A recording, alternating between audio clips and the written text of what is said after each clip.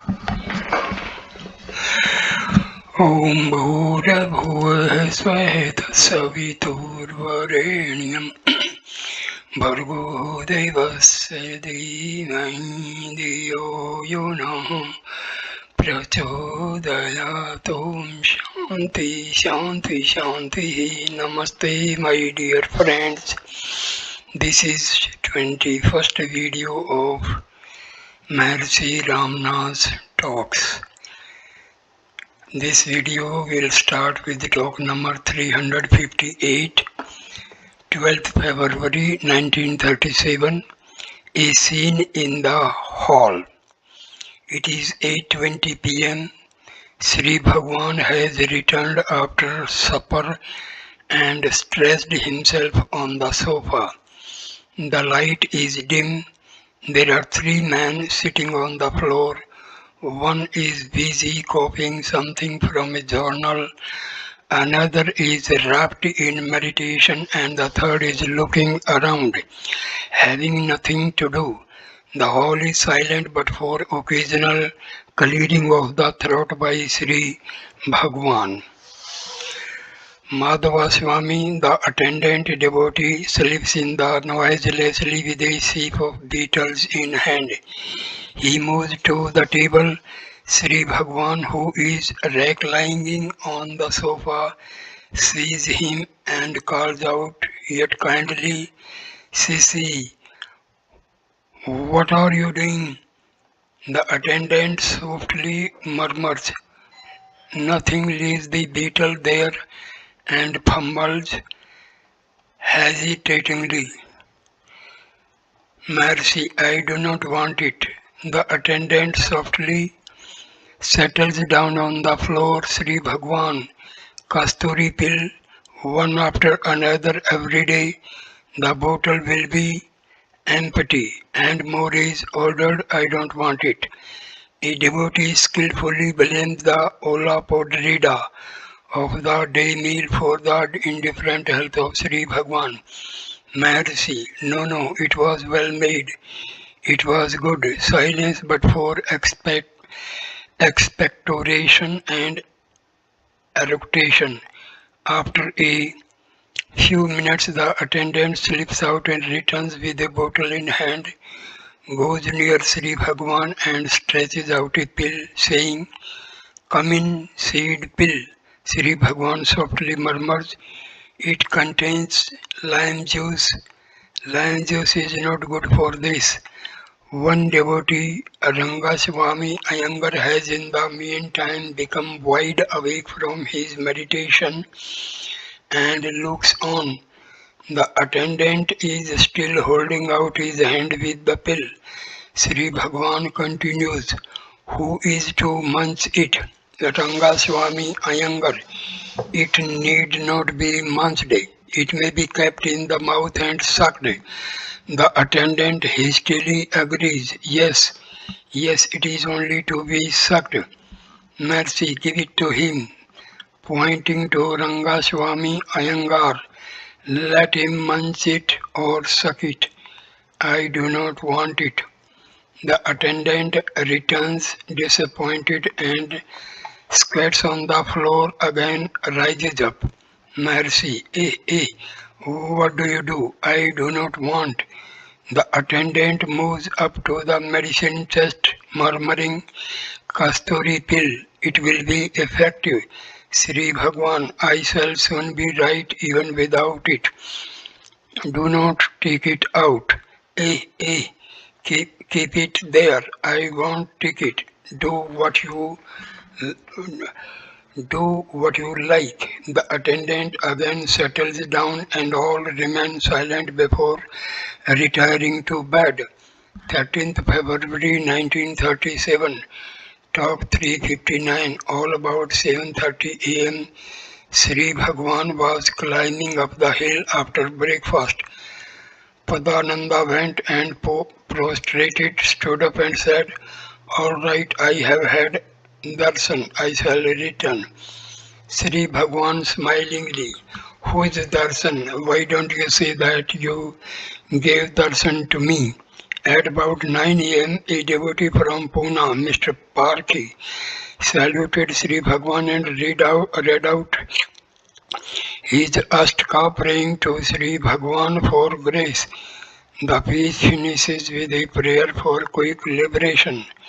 Jatiti, Jatiti Mukti, and the devotee emphasized it. Jatiti means very fast. Mr. Mukti, Bhagwan, Maharshi, Mukti, that is liberation.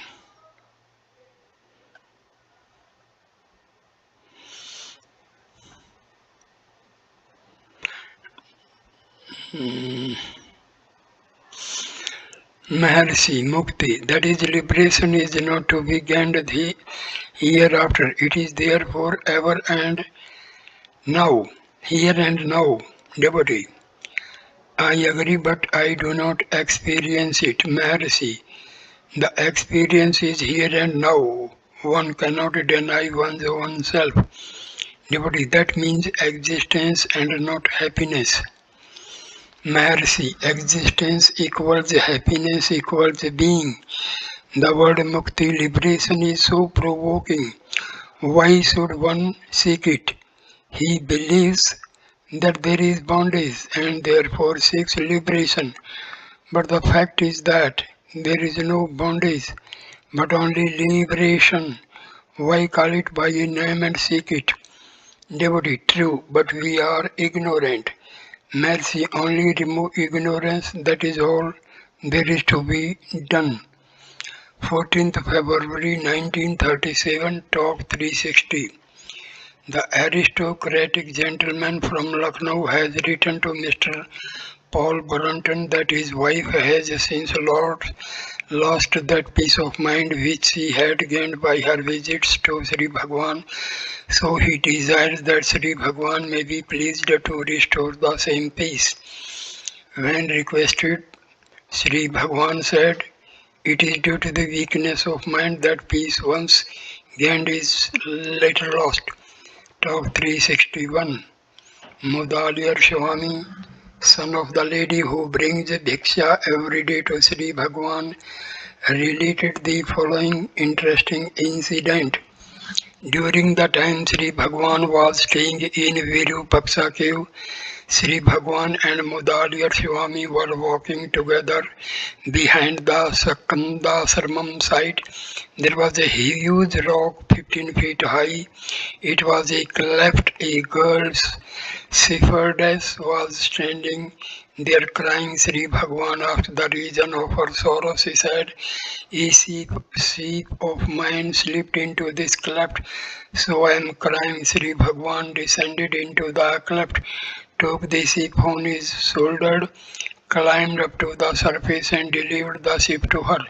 Mudaliar Swami says that it was a very remarkable feat for any human being. Talk 362. Mr. Subbaramaya, a college professor from Nellore, asked about Mukti, Maharshi. All questions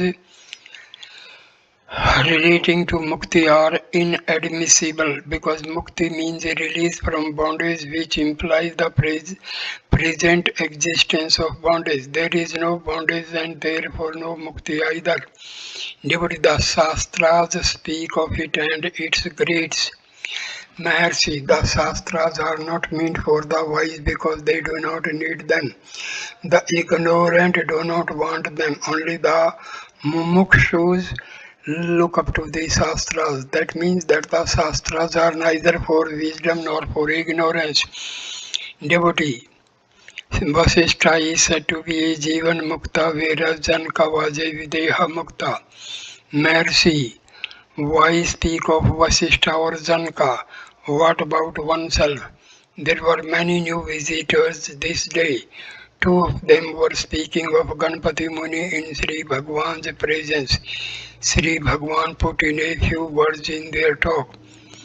Number one, some say that Jnana and Upasana are the two wings with which to fly to Mukti. What is Jnana? What is Upasana? Jnana is ever present That is the ultimate goal also. When an effort is made, the effort is called upasana.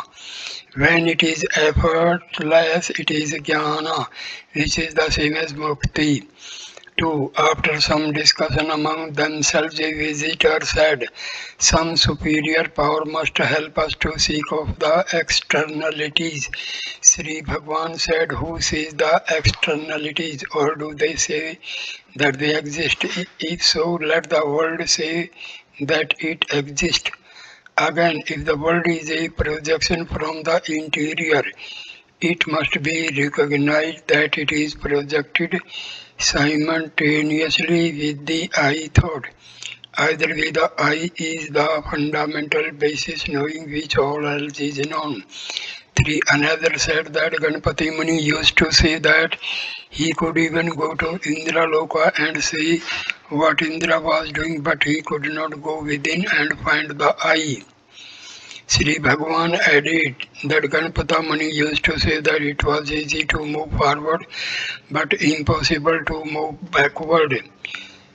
Then Sri Bhagwan remarked, however far one goes, there he is. Where is the moving backward? The same truth is contained in the mantra in Isa Upanishad. Fourth, in reply to a query how Ganpati Muni became an Asu Kavi inspired poet, Sri Bhagwan said it is said that while he was making tapasya, Shiva appeared and gave him milk or honey to drink, after which he became Asu Kavi. 20th February 1937, Talk 363. A European civilian, Mr. Dodwell, Deputy Secretary Finance, Madras Government, arrived with his wife before 1 p.m. and stayed in the hall till about 3:30 p.m. The lady asked the spiritual leaders in the West to say that the spiritual center is in India. Is there any contact among the spiritual leaders in India or in contact possible? Is contact possible between the leaders of the East and West? Maharshi, what do you mean by spiritual center? Devotee, the spiritual center is the seat of spiritual leaders. Mercy, what do you understand by spiritual leaders? Devotee, in the West there is a crisis. Scientific knowledge is far advanced. Such knowledge is used for generating destructive forces. There is a moment for making them constructive. When thus diverted, it will be for the good of the world. The leaders of this movement are the redeemers. Maharshi, by spiritual leaders, we understand those who are spiritual as opposed to the physical. Spirit is unlimited and formless. Such too is the spiritual center. There is only one such center, whether in the West or in the East. The center cannot differ, nor has it any locality. Being unlimited, it includes the leaders, the men, the world, the forces of destruction and of construction. There is no differentiation. You speak of contact because you are thinking of the embodied being as spiritual leader. The spiritual men are not bodies, they are not aware of their bodies, they are only spirit, limitless and formless. There is always unity among them and all others. Nay, they comprise all. The spirit is the self. If the self is realized, these questions cannot arise at all. Mrs. Jinaraja Dasa from Adayar. Self-realization sounds so easy, but yet it is so difficult in practice. Maharshi, what can be easier? The self is more intimate than anything else. If that cannot be realized, is it easy to realize what is apart and further away? Devotee, self-realization is so illusory, how can it be made permanent? Maharshi, the self can never be illusory. It is the only reality. That which appears will also disappear and is therefore impermanent. The self never appears and disappears and is therefore permanent. Devotee, yes, true. You know that in the Theosophical Society they meditate to seek the masters to guide them. Maharshi, the master is within. Meditation is meant for the removal of ignorance of the wrong idea that he is without. If he be a stranger whose advent you await, he is bound to disappear also. Where is the use of transient being like that? However, as long as you think that you are an individual or that you are the body, so long the master also is necessary and he will appear with a body. When this wrong identification ceases, the master will be found to be the self. There is a stanza in Kaivalya. My Lord, you had remained as myself within, protecting me in all my past incarnations. Now, by your grace, you have manifested yourself as my master and revealed yourself as the self. Just see what happened in sleep. There is no ego, no India, no seekers, no master, etc. And yet you are and happy too. The ego, India, seekers, etc. appear now, but they are not apart from nor independent of you. There was a large group of visitors on account of the election holidays, and some of these also joined in the discussion. One of them asked about reincarnation. Maharshi, reincarnation can only be so long as there is ignorance.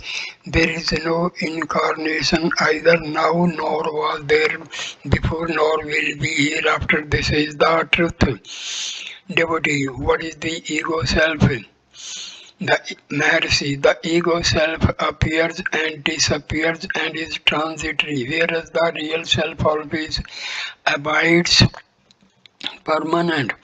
Though you are actually the true self, yet you wrongly identify the real self with the ego self.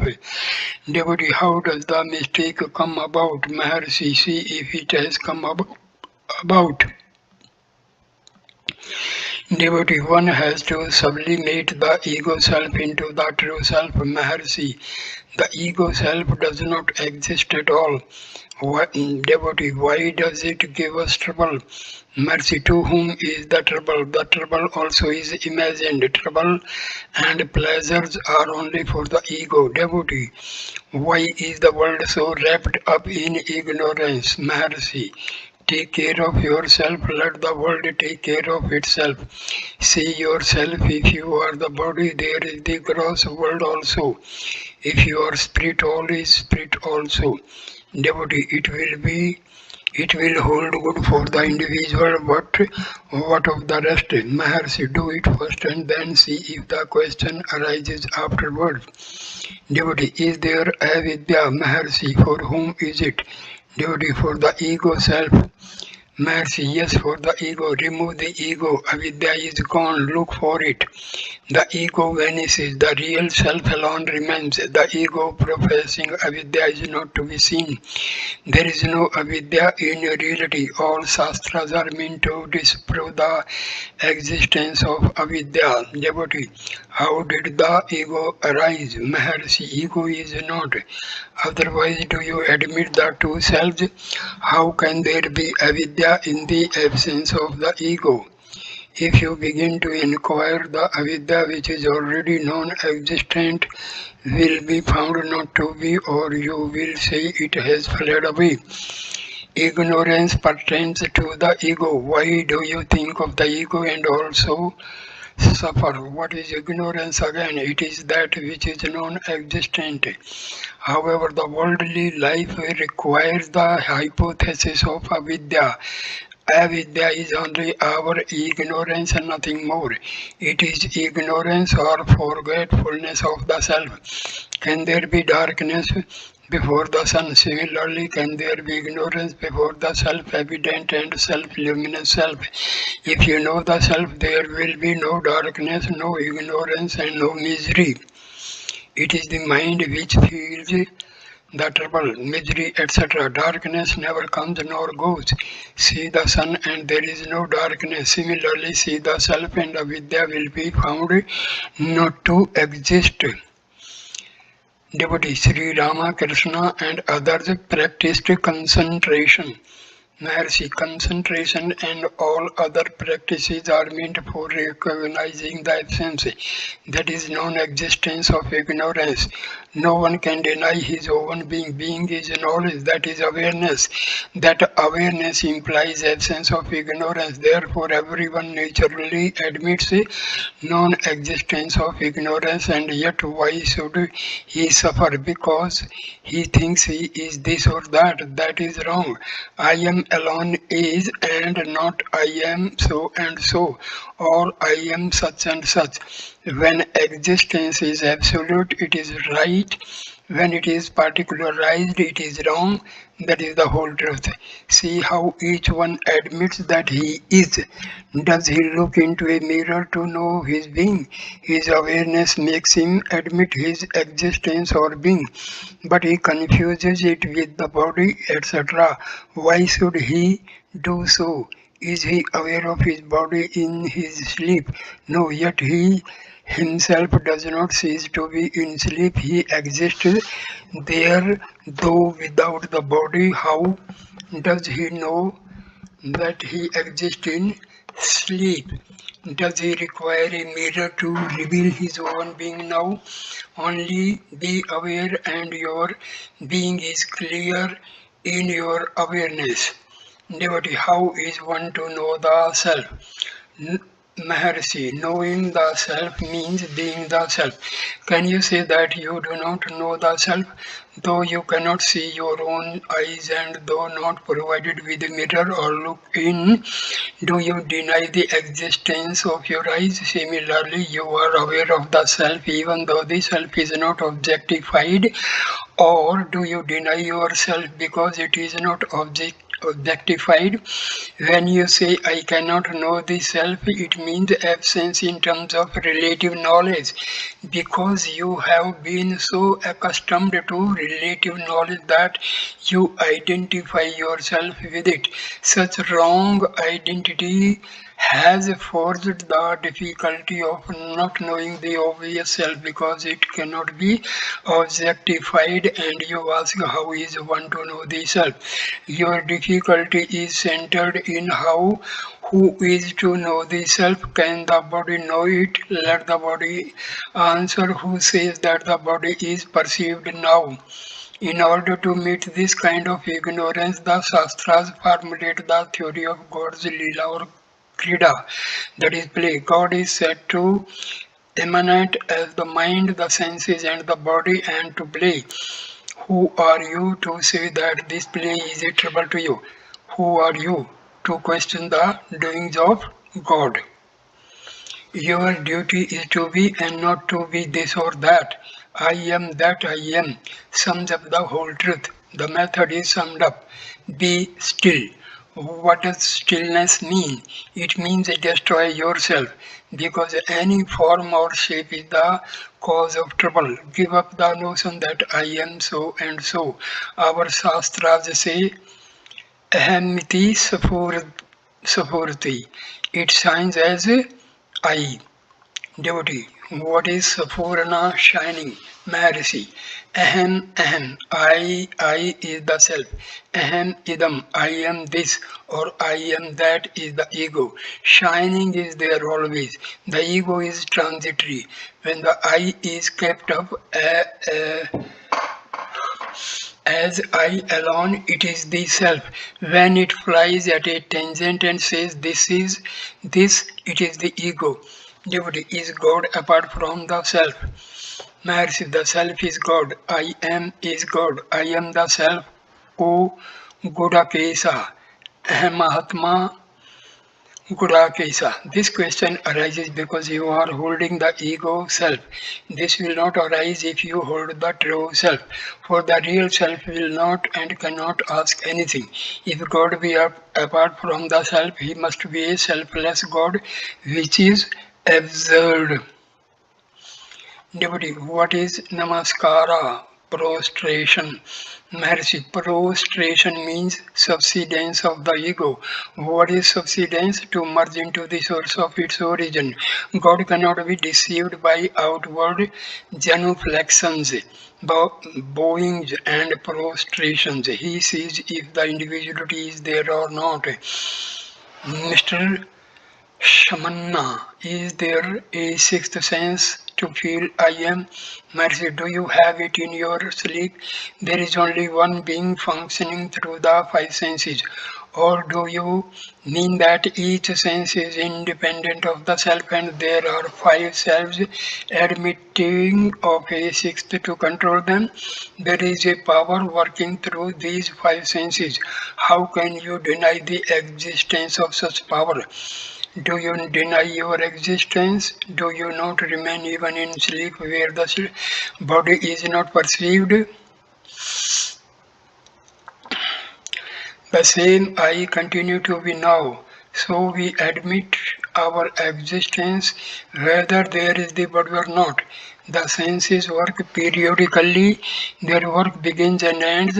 There must be a substratum on which their activities depend. Where do they appear and merge? There must be a single substratum. Who are you to say that the single unit is not perceived? It is an admission of its being single, for you say that there is no second one to know it. All these discussions are only to get rid of ignorance. When that is done, everything will be clear. It is a matter of competence or ripeness. Nobody cannot grace hasten such competence in a seeker. Mercy, leave it to him. Surrender unreservedly. One of two things must be done. Either surrender because you admit your inability and also require a high power to help you, or investigate into the cause of misery, go into the source and merge into the self. Either way, you will be free from misery. God never forsakes one who has surrendered. Mamekam Sarnam Varja. Devotee, what is the drift of the mind after surrender? Mercy, is the surrendered mind raising the question? Laughter. Talk number 364. The Nellore professor asked about Visvarupa Darshana. Maharshi, Visvatma Darshana is Visvarupa Darshana, that is the universal self of the cosmic self is the cosmos. Sri Krishna started the discourse in chapter 2 saying, I have no form. In chapter 11 he says, see my form as the universe. Is it consistent? Again he says, I transcend the three words, but Arjuna says the three words in him. Sri Krishna says, I cannot be seen by man, gods, etc. Yet Arjuna sees himself and the God in him. No one could see, and yet Arjuna was endowed with divine sight to see him. Does it not look a maze of contradictions? The answer is that the understanding is wrong. Sathula drishti on the physical plane is absurd. Jnana drishti, subtle understanding, is necessary. That is why Arjuna was given Divya Chakshu, divine sight. Can such sight be gross? Will such interpretation lead you to a right understanding? Sri Krishna says, Kalosmi, I am time. Does time have shape? Again, if the universe be his form, should it not be one and unchanging? Why does he say to Arjuna, see in me whatever you desire to see? That means that his form is according to the desires of the seer. They speak of divine sight and yet paint the scene each according to his own view. There is the seer also in the scene. What is all this? Even a mesmerist can make you see strange scenes. You call this a trick, whereas the other you call divine. Why this difference? Anything seen cannot be real. That is the truth. Talk number 365. As Sri Bhagwan was continuing in the same train, a visitor asked how to overcome the identity of the self with the body. Mercy, what about sleep? Devotee, there is ignorance prevailing. Mercy, how do you know your ignorance in sleep? Did you exist in sleep or not? Devotee, I do not know. Mercy, do you deny your existence in sleep? Devotee, I must admit it by my reasoning. Mercy, how do you infer your existence? Devotee, by reasoning and experience. Mercy, is reasoning necessary for experience? Laughter. Devotee, is meditation analytical or synthetic? Mercy, analysis or synthesis are in the region of intellect. The self transcends the intellect.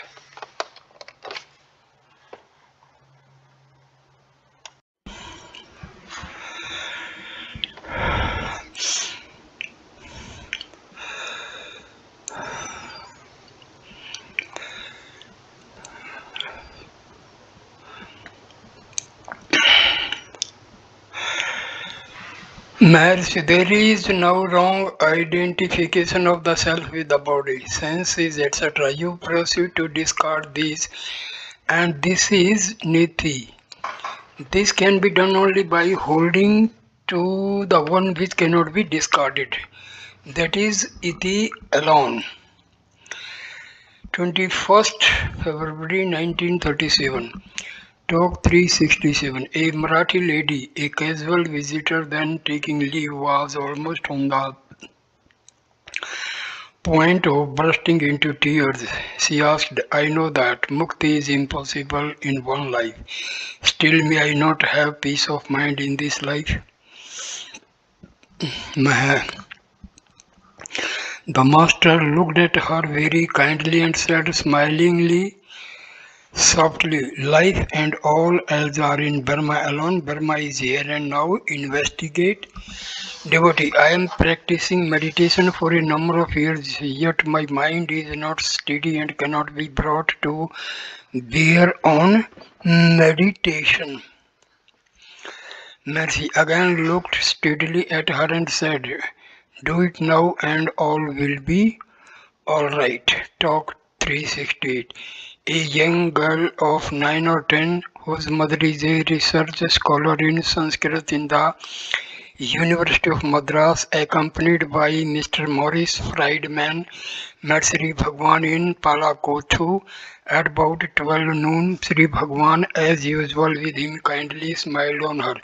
She asked Sri Bhagwan, why is there misery on earth? Maharshi, due to karma, devotee. Who makes karma bear fruits? Maharshi, God. Devotee, God makes us do karma and gives bad fruits for bad karma. Is it fair? Sri Bhagwan almost laughed and was very pleased with her. Later he was coaxing her to read something on returning to the hall. Since then he is watching her. 22nd February 1937, talk number 369. A Marathi gentleman and wife past middle age are on a visit here. They are quiet and simple. Both of them tearfully took leave, and the gentleman even sobbed out a prayer for Sri Bhagwan's grace. Sri Bhagwan gazed at them and with his lips parted, showing the row of white teeth. His eyes also had a tear in them. Talk 370. Sri Bhagwan was in the cattle shed. People were working and he watched their work for a short time. Then someone came and said that a large number of visitors were waiting in the hall. Sri Bhagwan in his calm way said, yes, yes, you do your work, let me go for mine. People are waiting for me, let me go. Then he left the place. Talk 23rd February 1937, talk number 371. There was a group of three middle-aged Andhras on a visit to Sri Bhagwan.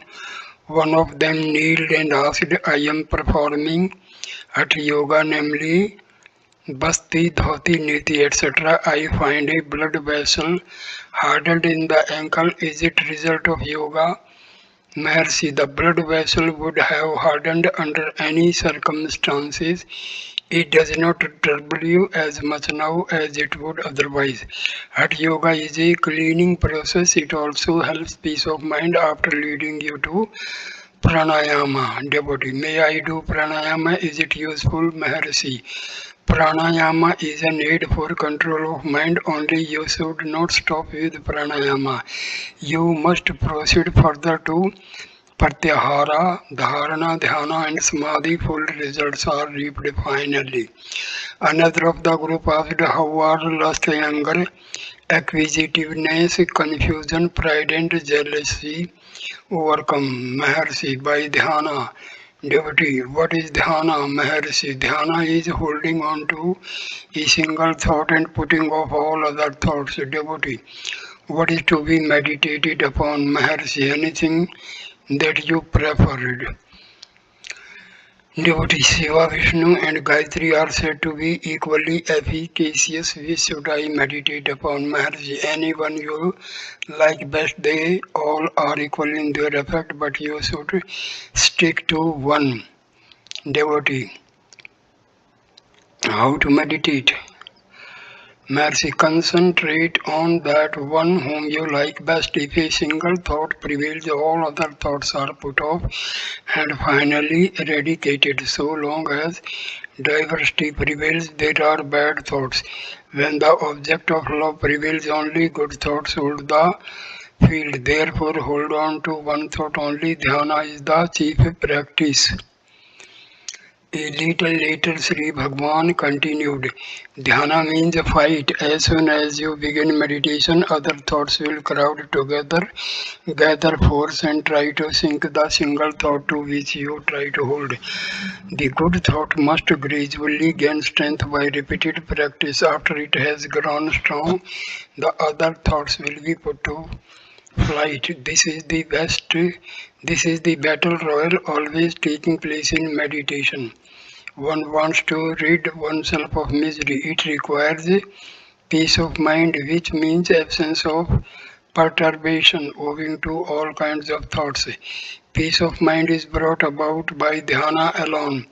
Devotee, what is the need then for pranayama? Maharshi, pranayama is meant for one who cannot directly control the thoughts. It serves as a brake to a car, but one should not stop with it. As I said before, you must proceed to Pratyahara, Dharana and Dhyana. After the fruition of Dhyana, the mind will come under control even in the absence of Pranayama. The asanas postures help pranayama, which helps dhyana in its turn and practice of mind results. Here is the purpose of Hatha Yoga. Later Sri Bhagwan continued, when dhyana is well established, it cannot be given up. It will go on automatically even when you are engaged in work, play or enjoyment. It will persist in sleep too. Dhyana must become so deep rooted that it will be natural to one. Devotee, what right or action is necessary for the development of dhyana? Maharshi, dhyana is itself the action, the right and the effort. It is the most intense and potent of all. No other effort is necessary. Devotee, is not japa necessary? Maharshi, is dhyana not walk, speech? Why is japa necessary for it? If dhyana is gained, there is no need for anything else. Devotee, is not a vow of silence helpful? Mercy, a vow is only a vow. It may help dhyana to some extent, but what is the good of keeping the mouth closed and letting the mind run right? If the mind be engaged in dhyana, where is the need for speech?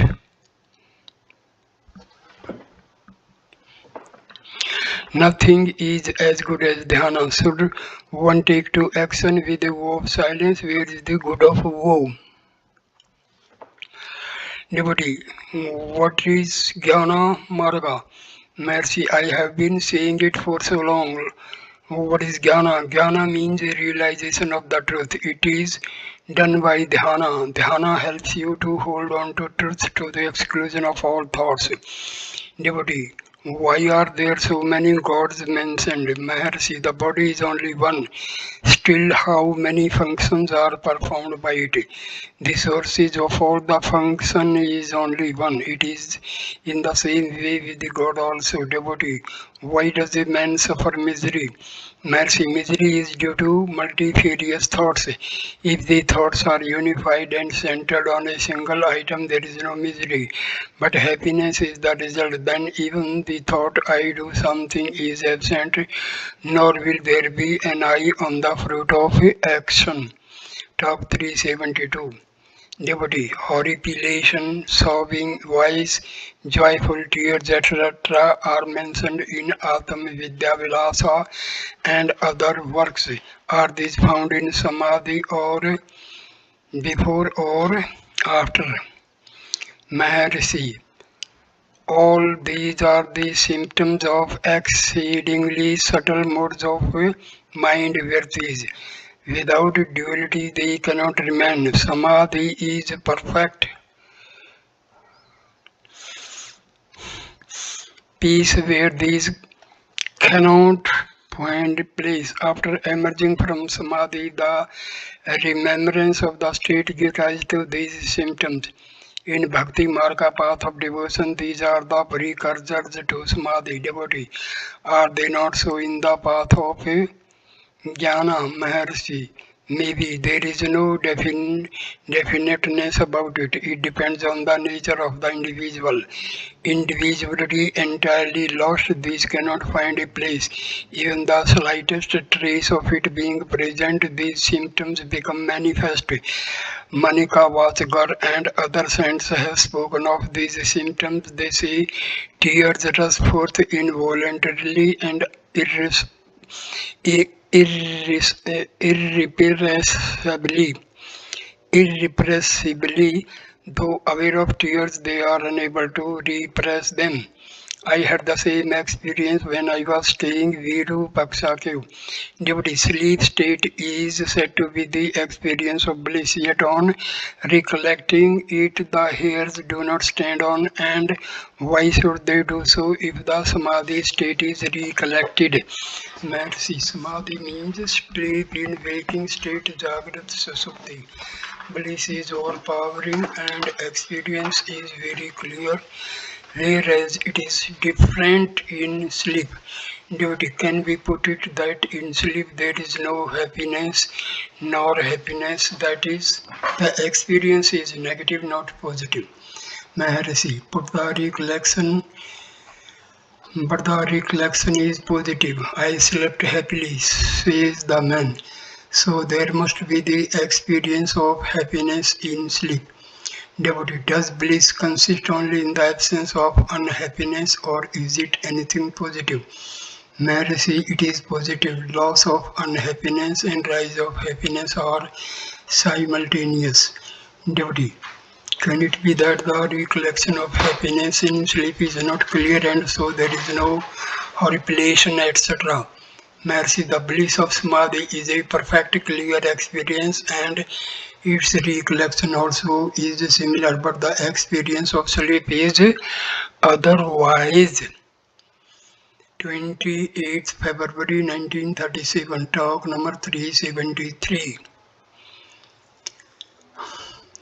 As the Maharaj of Mysore had a private interview with Sri Bhagwan in the newly built bathroom from 9:15 to 9:30 am.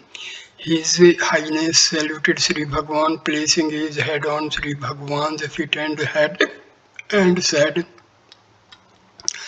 I have read Sri Bhagwan's life and long had a desire to meet him, but my circumstances are such that intentions of this kind cannot easily be carried into effect, nor can I stay here as other disciples can, considering all my limitations. While I remain here for about 15 minutes, I shall now pray only for thy grace. On departure, HS again saluted Sri Bhagwan as before and left after presenting two fine shawls and some money to the office. 13th May 1937, talk 374. HS, the Maharaja of Travancore, had an interview from 4:30 p.m. to 5:15 p.m. Their Highness the Maharaja and Maharani of Travancore, who arrived at Tiruvannamalai by 8 a.m. train, visited the ashram at 4:15 p.m. The public were excluded from the hall where Bhagwan sat. Even devotees who were daily visiting the hall were by a sad mistake excluded from the interview.